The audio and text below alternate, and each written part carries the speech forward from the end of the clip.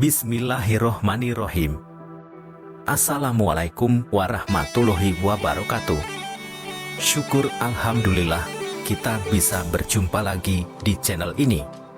Sholawat dan salam selalu dan tetap tercurahkan kepada junjungan kita Nabi besar Muhammad Sallallahu Alaihi Wasallam. Allahumma sholli ala Sayyidina Muhammad wa ala ali Sayyidina Muhammad. Harapan dan doa saya, semoga saudaraku semuanya selalu diberikan kesehatan, dilapangkan rezekinya, diampuni dosa-dosanya, dan dipanjangkan umurnya. Amin, ya Rabbal Alamin. Sahabat beriman yang dirahmati Allah. Mungkin kita semuanya pernah bertanya kepada diri sendiri, mengapa hidup kita seolah susah, rezeki terasa sangat jauh, kesusahan demi kesusahan datang silih berganti, seolah hidup ini tidak berpihak kepada kita.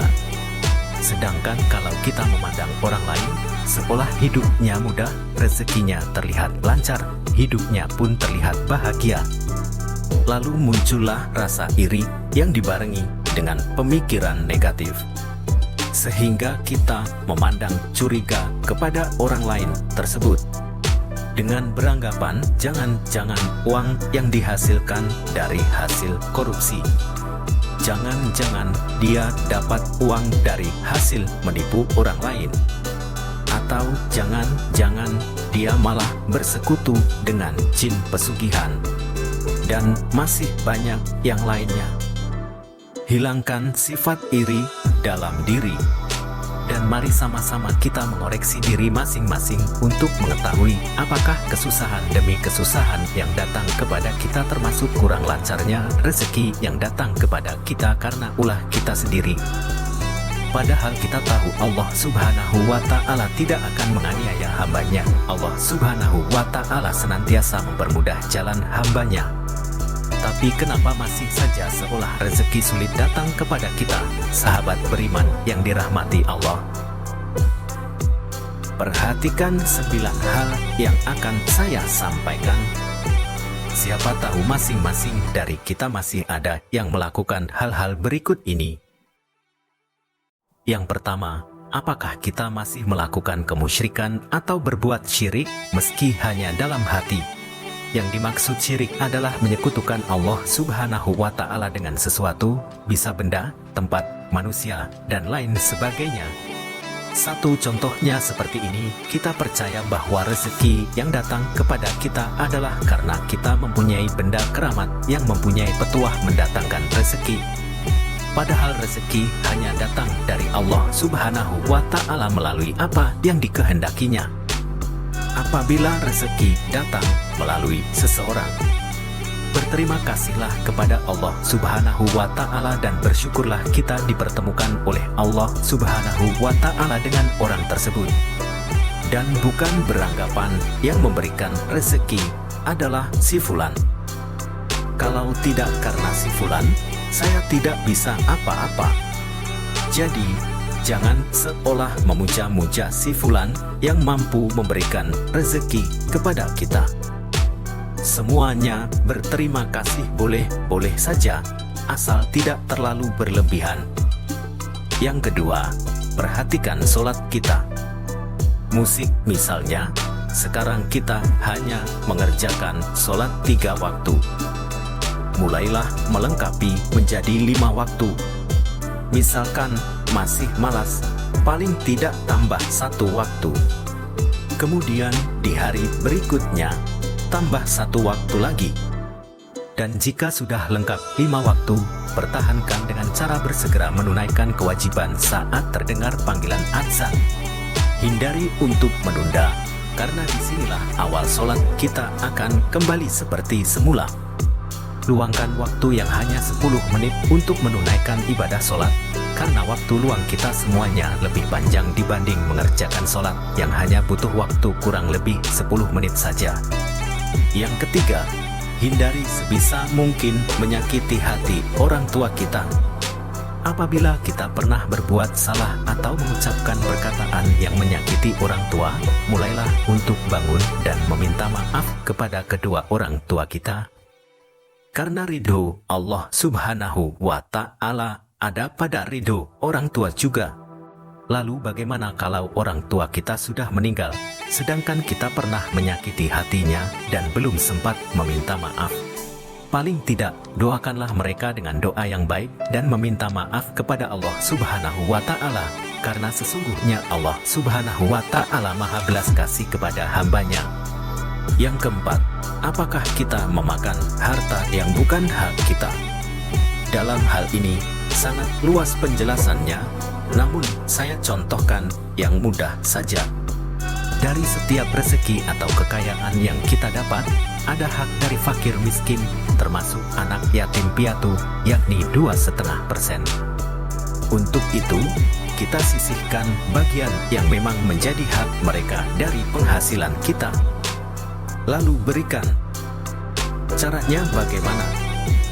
Carilah anak yatim piatu atau orang miskin di daerah kita tinggal dan berikan hak mereka.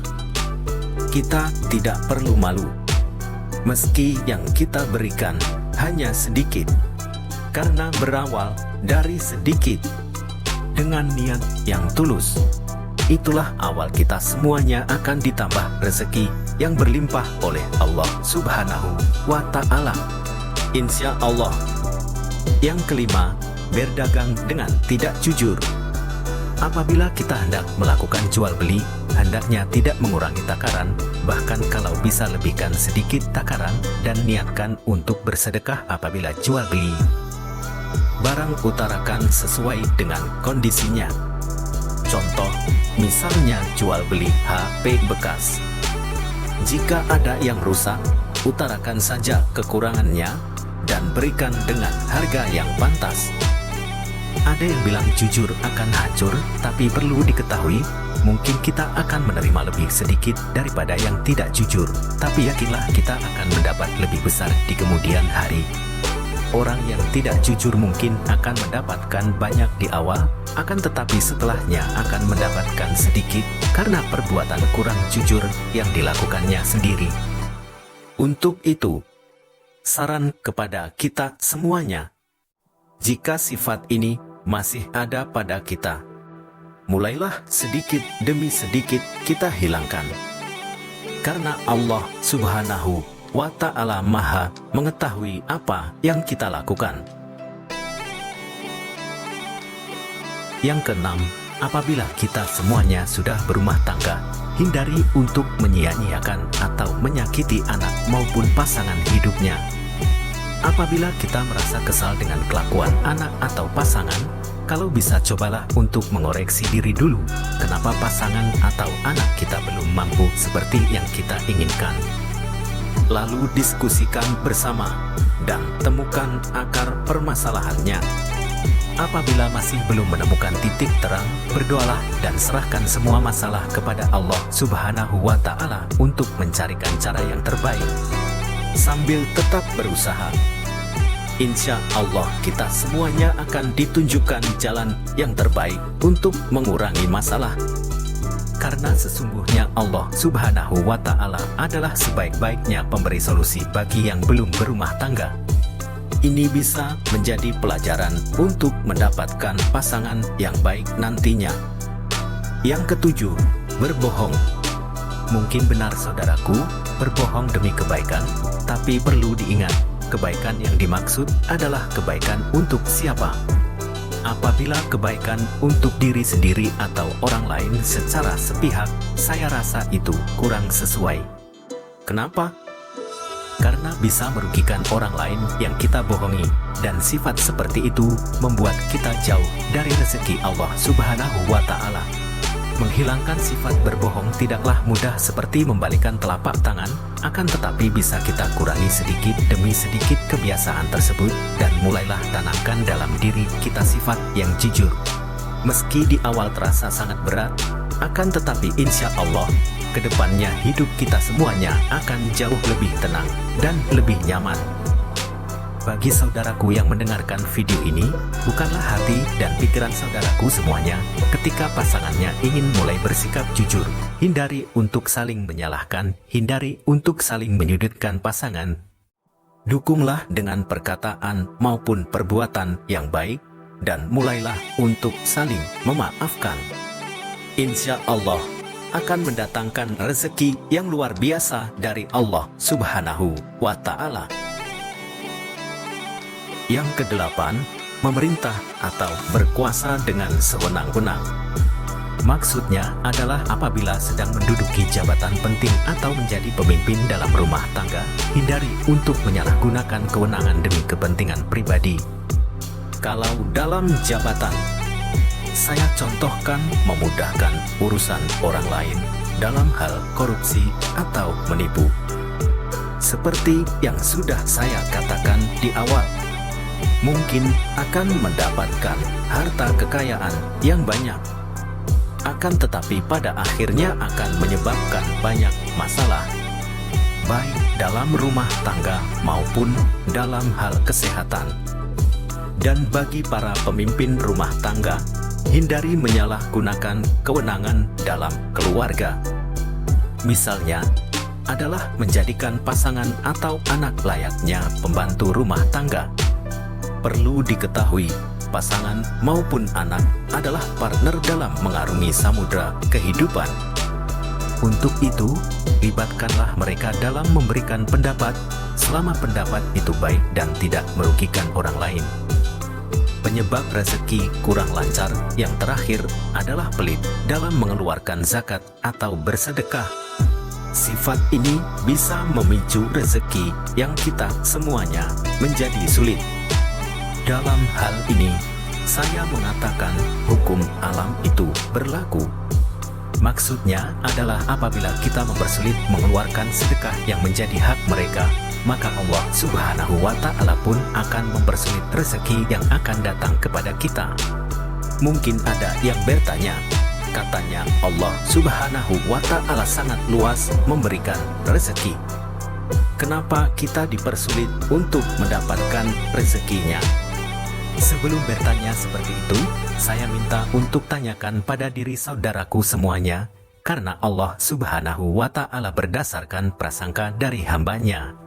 Jika hambanya mempermudah urusan orang lain dalam hal kebaikan, insya Allah, Allah Subhanahu wa Ta'ala pun akan mempermudah hambanya keluar dari segala kesulitan. Ada pepatah yang mengatakan, apa yang kita tanam itulah yang akan kita tuai.